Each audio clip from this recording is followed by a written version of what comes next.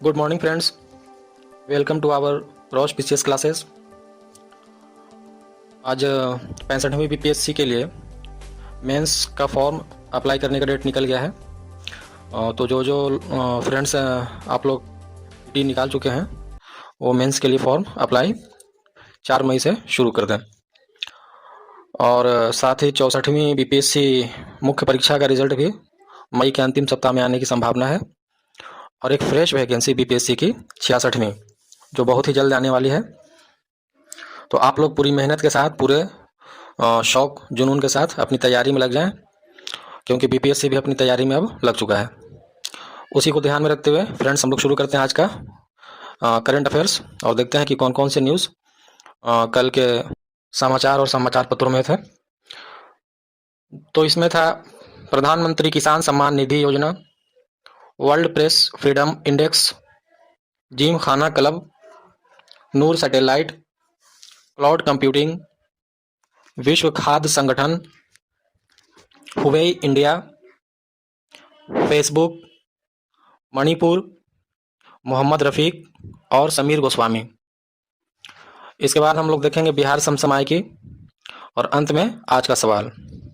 तो शुरू करते हैं आज का फर्स्ट टॉपिक, प्रधानमंत्री किसान सम्मान निधि योजना। यह न्यूज़ में था इसलिए कि सरकार ने असम, मेघालय, जम्मू कश्मीर और लद्दाख जैसे राज्यों को इस योजना का लाभ उठाने के लिए आधार कार्ड की अनिवार्यता से छूट दी है। यानी पहले यह नियम था कि प्रधानमंत्री किसान सम्मान निधि योजना के तहत जो भी किसान लाभ लेना चाहते हैं तो उनको अपने बैंक अकाउंट को आधार कार्ड से लिंक करना होगा। लेकिन कल कैबिनेट ने फैसला लिया है ये चारों स्टेट असम, मेघालय, जम्मू कश्मीर और लद्दाख को ज़रूरी नहीं है, अगर वो अपने अकाउंट को आधार कार्ड से लिंक नहीं किए हैं तो भी उन्हें इस योजना का लाभ दिया जाएगा। तो देख लेते हैं कि प्रधानमंत्री किसान सम्मान निधि योजना क्या है। तो इसकी शुरुआत 1 दिसंबर 2018 से की गई थी और इसके तहत प्रत्येक वर्ष किसानों को 6,000 रुपये की राशि दी जाती है, जो 3 किस्तों में अदा की जाती है, 2-2 हज़ार रुपया करके। तो ये था फ्रेंड्स प्रधानमंत्री किसान सम्मान निधि योजना के बारे में कुछ महत्वपूर्ण जानकारी। नेक्स्ट जो है वर्ल्ड प्रेस फ्रीडम इंडेक्स, विश्व पत्रकारिता स्वतंत्रता सूचकांक जारी किया गया है, जिसमें बताया गया है कि पत्रकारिता के मामले में सबसे अच्छा देश जो है वह नॉर्वे है और सबसे ख़राब पोजीशन जो है वह उत्तरी कोरिया का है। यानी पत्रकारिता के मामले में फर्स्ट रैंक जो हासिल किया है वो नॉर्वे ने हासिल किया है और सबसे अंतिम पायदान यानी 180वां रैंक पर जो है वह उत्तरी कोरिया है। भारत को इसमें जो रैंक मिला है वह 142वां और पाकिस्तान को 145वां है। क्योंकि यह इंडेक्स रिपोर्टर्स विदाउट बॉर्डर्स के द्वारा जारी किया जाता है, जिसका हेडक्वार्टर पेरिस में है और वर्तमान में इसके अध्यक्ष पियरे हास्की हैं। तो इसीलिए न्यूज़ में था। आगे देखते हैं जिम खाना क्लब। जिम खाना क्लब न्यूज़ में था और यह जो क्लब है वह प्रधानमंत्री आवास के करीब में है, उसके नज़दीक में है और 36 एकड़ में फैला हुआ यह क्लब है। इसका निर्माण अंग्रेजों के द्वारा करवाया गया था, जिसका उद्देश्य था खेल गतिविधियों को बढ़ावा देना। लेकिन हाल में देखा गया है कि जिस उद्देश्य के लिए इसका निर्माण किया गया था, इस क्लब का निर्माण किया गया था, वह अपने उद्देश्य को पूरा नहीं कर पा रहा है। इसलिए सरकार ने फैसला लिया है कि इस क्लब को वह अपने अंडर में ले लेगी और इसका प्रबंधन अब सरकार के द्वारा किया जाएगा। नेक्स्ट टॉपिक है नूर सैटेलाइट। इस सैटेलाइट को ईरान के द्वारा प्रक्षेपित किया गया है और यह एक सैन्य उपग्रह है। तो जैसे ही ईरान ने इस सैटेलाइट को अपने कक्षा में स्थापित किया तो उस पर अमेरिका ने प्रतिक्रिया देना शुरू कर दिया और अमेरिका के जो विदेश मंत्री माइक पोम्पियो, उन्होंने कहा है कि ईरान के द्वारा उठाया गया यह कदम संयुक्त राष्ट्र सुरक्षा परिषद के प्रतिबंध का उल्लंघन है। तो इस वजह से यह न्यूज़ में था। आगे देखते हैं क्लाउड कंप्यूटिंग। क्लाउड कंप्यूटिंग चूँकि टेक्नोलॉजी से जुड़ा हुआ यह कॉन्सेप्ट है जो न्यूज़पेपर में था, आज के न्यूज़ में। तो क्लाउड कंप्यूटिंग क्या है? क्लाउड कंप्यूटिंग डाटा को स्टोर रखने का एक तरीका है, एक टेक्निक है। शॉर्ट में इसे हम कह सकते हैं कि एक प्रकार का यह कंप्यूटर एप्लीकेशन है। अपने कंप्यूटर में, मोबाइल में हम जो भी डाटा स्टोर करते हैं, तो वह स्टोर जो होता है वह क्लाउड कंप्यूटिंग के कारण ही होता है। और इसका महत्व यह है कि मान लेते हैं कि हम कहीं दूसरे जगह गए और वहाँ हम ना तो अपना लैपटॉप लेकर के गए हैं और ना ही मोबाइल लेकर के गए हैं, और फिर भी हमें वहाँ कुछ डाटा की ज़रूरत पड़ गई है जो हम स्टोर करके अपने कंप्यूटर और मोबाइल में रखे थे। तो इस क्लाउड कंप्यूटिंग टेक्निक के ज़रिए हम दूसरे स्थानों पर भी अपने ज़रूरत वाली डाटा को प्राप्त कर सकते हैं। उसके लिए अपना एक यूज़र नेम चाहिए, एक आईडी चाहिए, पासवर्ड चाहिए, और उसे फिर आप खोल करके अपना डाटा प्राप्त कर सकते हैं। क्लाउड कंप्यूटिंग मेनली 4 तरह का होता है, जैसे public cloud, private cloud, community cloud और हाइब्रिड क्लाउड।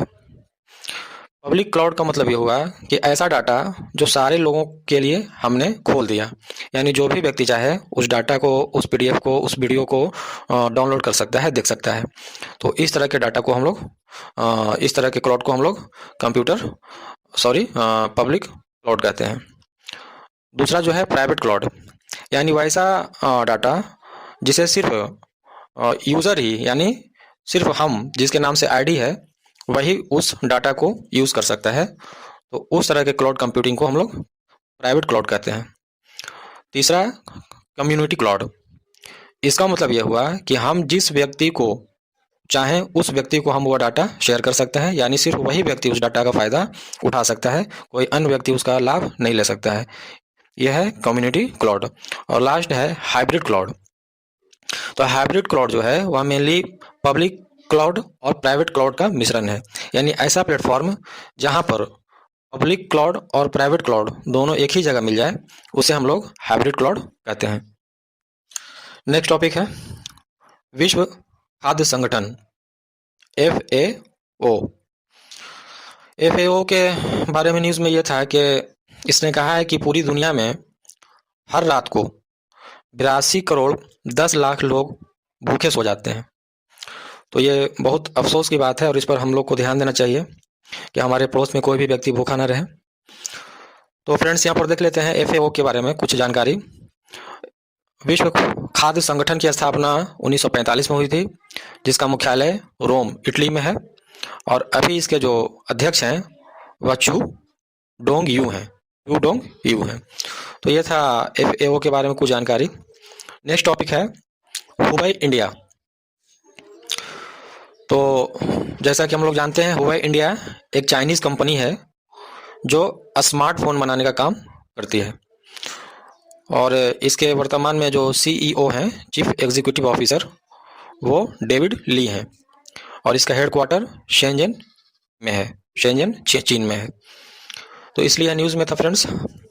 नेक्स्ट टॉपिक है फेसबुक के बारे में था कि फेसबुक के जो संस्थापक हैं मार्क जुकरबर्ग, जो कि 2004 में शुरू किए थे फेसबुक को। तो इसने मुकेश अंबानी की जियो कंपनी में लगभग 10%, यानी 9.99%, यानी 10% बोल सकते हैं, 10% का हिस्सा खरीदा है, शेयर खरीदा है, और यह कुल 5.7 अरब डॉलर का निवेश किया है।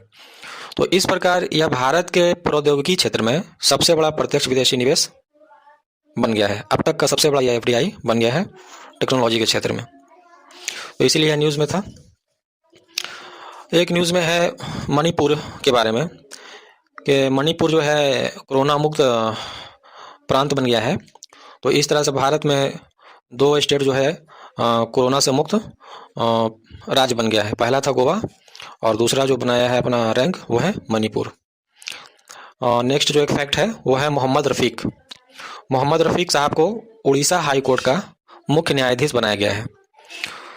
और जैसा कि हम लोग जानते हैं कि भारत के मुख्य न्यायाधीश कौन है, शरद अरविंद बोबडे, जो कि भारत के 47वें मुख्य न्यायाधीश हैं। उड़ीसा हाई कोर्ट की स्थापना 1948 में की गई थी, जो कि इसका कार्य क्षेत्र कहाँ है, कटक में है। तो इसीलिए ये न्यूज़ में थे। आज के करंट्स का एक लास्ट टॉपिक देख लेते हैं, समीर गोस्वामी। चूँकि समीर गोस्वामी का निधन हो गया है और यह एक पत्रकार थे, यानी पत्रकारिता से जुड़े हुए थे, तो इससे सवाल बनता है कि समीर गोस्वामी का संबंध किस क्षेत्र से था, तो पत्रकारिता से था। तो ये था फ्रेंड्स आज का करंट्स। अब देखते हैं हम लोग बिहार से संबंधित। तो बिहार से संबंधित करंट्स के तहत दो टॉपिक देखने के लिए मिला है जिससे एग्जाम में सवाल बन सकता है। पहला है ICMR और दूसरा बिहार राज्य उद्यानिक उत्पाद विकास कार्यक्रम। इसको देख लेते हैं। तो पहला है ICMR। चूँकि बिहार सरकार जो है बिहार में कोरोना से संबंधित स्टडी सेंटर खोलना चाहती है, तो इसका नियम यह है कि इसके लिए पहले ICMR से अनुमति लेनी पड़ती है, तभी आप अपने स्टेट में स्टडी सेंटर खोल सकते हैं। तो देखते हैं कि ICMR क्या है।